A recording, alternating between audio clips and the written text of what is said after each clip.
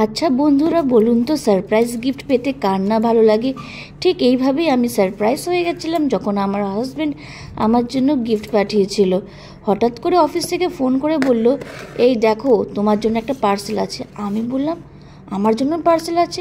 সেটা আবার কি আছে? দেখো দেখো। কিন্তু একটা কথা বলতে আমি ভুলবো না, এই সারপ্রাইজ গিফটটা পেতে আমার পুরো 11 বছর লেগে গেল।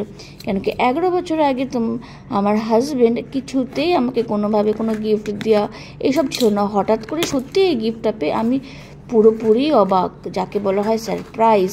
আমি ভাবতে পারছি না ওইটা কি দিয়েছে। প্রথমে ভাবলাম কি আছে এটার ভেতরে বাবা, তারপরে দেখলাম এখানে একটা চক্কর আর একটা ইয়ার সেট আছে ইয়ারিংয়ের। আমার যেরকম শাস্তি গুছতে খুব ভালো লাগে, এটা ও ভালোভাবেই জানে, তাই জন্য মনে হয় ও এটা অর্ডার করেছে। আমার কিন্তু জিনিসটা বেশ ভালো লেগেছে, বেশ ভালো লেগেছে। ওর থেকে ঝগড়া করে যদি এইভাবে সারপ্রাইজ গিফট পাওয়া যায় তাহলে তো আর কোনো ব্যাপারই না। আর এটা এসেছিলো বৃষ্টির থেকে। আমার খুব ভালো লেগেছে। ওকে তো সাথে সাথে ফোন করে বললাম, সত্যি তো এটা আমার জন্য? ও রেগে গিয়ে বলল, কেন, এটা কি তোমার জন্য না তাহলে কার জন্য হবে? আমি হেসে মুচকি দিয়ে বললাম, তাহলে কি এটা ফার্স্ট নাকি লাস্ট? তো ও বলল, এটা ফার্স্ট, এখনও দেরি আছে, আর অনেক কিছু সারপ্রাইজ তুমি পাবে।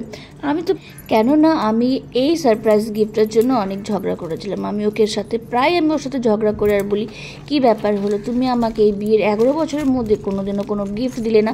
ও বলে কি গিফট দিলেই কি ভালোবাসা বোঝা যায়? গিফট না দিলে ভালোবাসা বোঝা যায় না।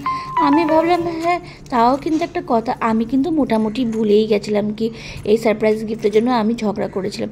তাও যে সারপ্রাইজ গিফট আমি পেয়েছি তাতে আমি খুব খুশি। আপনার যদি আমার ভিডিওটা ভালো লাগে তো বেশি করে লাইক করবেন।